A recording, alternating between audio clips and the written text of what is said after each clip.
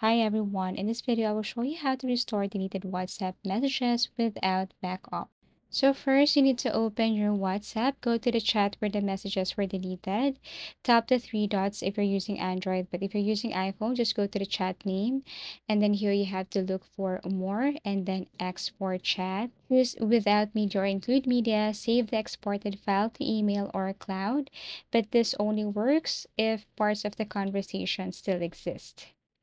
Now you can go to the specific location file where you have save your export media and chat here on your WhatsApp. Another thing is that you can use a tool in order for you to restore deleted WhatsApp messages without backup. So all you have to do here is you just have to use a data recovery tool.